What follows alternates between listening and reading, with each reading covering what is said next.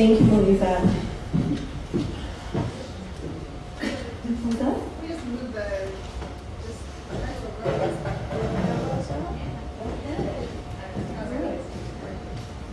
Next up, deLeon.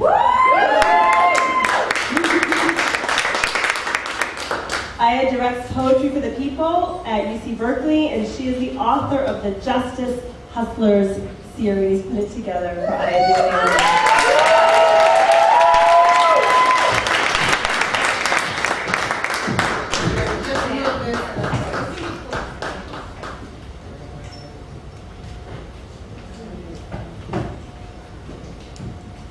In many ways, I mark time in dreams.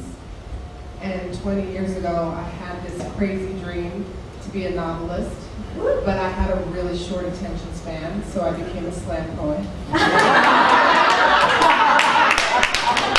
20 years later, I finally published as a novelist. So I'm going to read a novel excerpt, and this excerpt is profoundly shaped by my experience in the Bay Area queer community, and particularly, if we think 20 plus years ago, sort of the old school, second wave feminist lesbians who were really suspicious of bisexual and bi-curious women. There was a story then, true at times, about women who came to the lesbian community for comfort when men did them wrong, and they soaked up lots and lots of love, and then went right back to their otherwise heterosexual lives. And this excerpt is also inspired by my experiences at City of Refuge Community Church, which was here in San Francisco for all of the 90s, but is in Oakland now. So to contextualize the series, the Justice Hustlers series carves out space for women of color in the crime genre at the intersection of wealth redistribution, sexual capital, labor rights, and women's health care. They envision an unstoppable double rainbow coalition of racially diverse, straight, queer, and trans women. These novels are action-packed and sexually charged stories of hood problems, political struggle, international solidarity, and brown romance. So I'm reaching for a new language of urban women's insurrection. So this, the second book that just came out last week is called The Boss. And I'm going to read the description so you get a context, and then I'll read the excerpt. So Taisha Cuvelier, who had escaped her disastrous past on Chicago's South Side, she's finished graduate school and stopped working as an escort. Now she's director of a Manhattan women's health clinic, and as the new boss, she's called to lead in a labor crisis. The dancers at the One-Eyed King want to unionize, but the chain of strip clubs is controlled by Ukrainian mobsters with no regard for any laws, least of all labor codes. Meanwhile, Taisha's high-drama relatives from Chicago have moved to Brooklyn, including Taisha's teenage niece who's trying to break into the rap game. She begs Taisha to rekindle her romance with the rap star she used to date. Taisha initially encountered him as a rude client, too drunk for sex. But he became a promising suitor until he expected an easy lay because of her profession. According to his latest album, he's changed, but can she trust him? She needs a clear head to deal with her more dangerous relatives and the deadly anti-union thugs who threaten her, the strippers, and the clinic. Taisha's crew includes 5 fierce women, her mentor, Marisol, the Latina Robin Hood, who set everything in motion, Lily, a powerful Trinidadian labor organizer, Kim, the lock whisperer, a petite Korean immigrant, Kim's girlfriend Jody, a 6-foot blonde dominatrix, and Serena, a transgender Greek immigrant who's a computer genius. Obviously, this book is also deeply influenced by the union fight and win at the Lusty Lady R.I.P.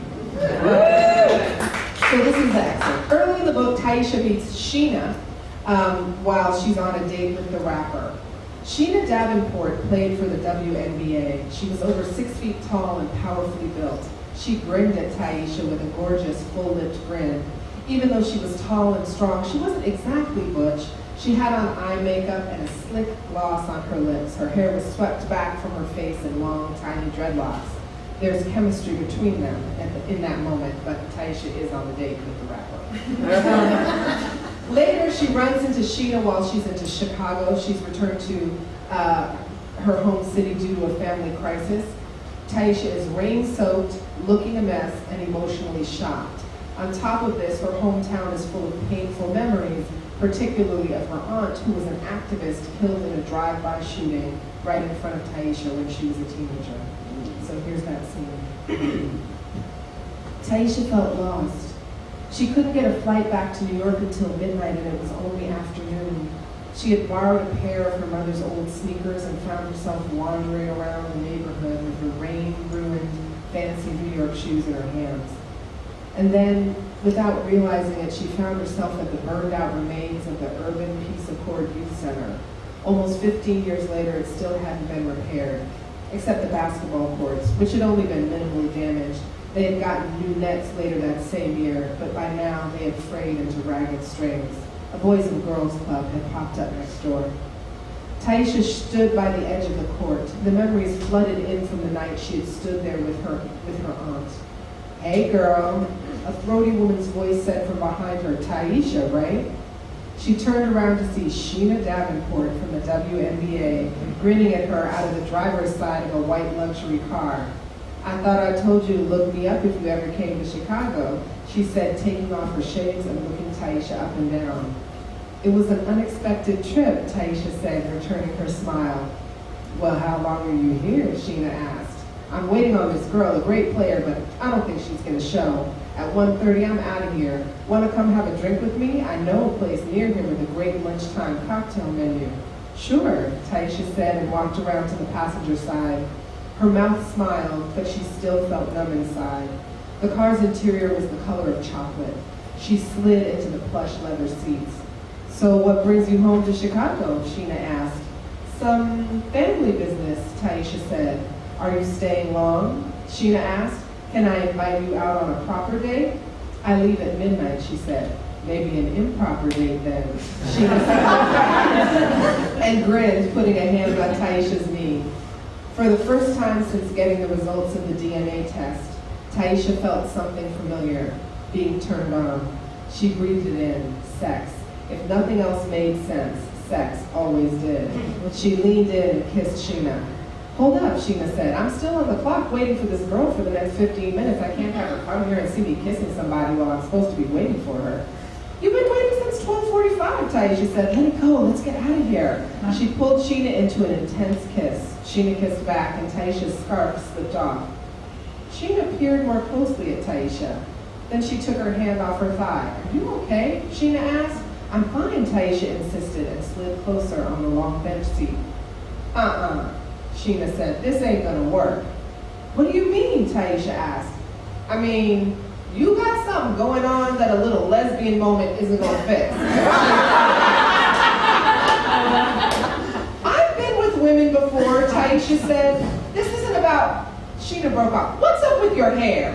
"My hair," Taisha said. "You don't want to get down because of my hair. I don't want to get down because something ain't right with you, girl. You don't look sexy. You look upset." "I'm not upset," Taisha said. Sheena's mouth slowly opened. "Oh, that's right. You a Couvillere." She gave Taisha a quizzical look. "How you gonna be standing on the spot your auntie died and not be upset? What do you know about it?" Taisha asked. "This ain't New York," Sheena said. "This part of South Shore is like a small town. I know all your people, and I knew your aunt." "Well, you don't know me," Taisha said, and stormed out of the car on the traffic side. A driver swerved and honked at her. She took off walking fast down the street in the opposite direction of the traffic, so Sheena couldn't follow in the car. Taisha remembered that night. She had stood beside her aunt as she spoke to the crowd assembled on the basketball court. She was nearly as tall as her aunt by then. Taisha held the megaphone aloft while her aunt held the microphone in one hand and her carefully prepared speech in the other. "You can't burn down an idea," her aunt had bellowed. "You can't burn down the desire for a better life, a better community." The assembly offered yeses and amens. "People want to tell me that some gang members did this," she said. "I don't know any gang members. I know young men with names, young men I've known for decades. These are our young people. Some police gang task force is not the solution. Police are part of the problem. Sometimes I think the police are the biggest gang. We are the solution. This center is part of the solution, and I will rebuild it as many times as I have to."